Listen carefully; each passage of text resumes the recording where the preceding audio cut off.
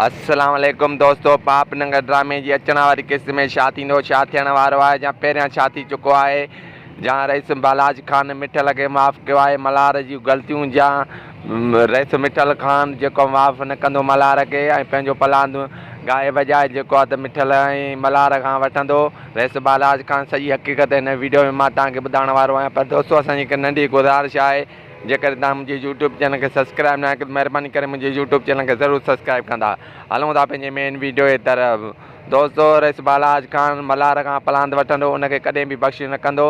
ऐं दोस्तों ॿुधाईंदो हलां मां तव्हांखे त इहो राबेल जे करे मिठल खे कुझु दिलासा ॾेई मोटाए छॾियो ऐं उनखे माफ़ु कयो। मिठल खे चईंदो मां तुंहिंजे पुट माफ़ु कयो, तुंहिंजे भाइटे खे माफ़ु कयो आहे।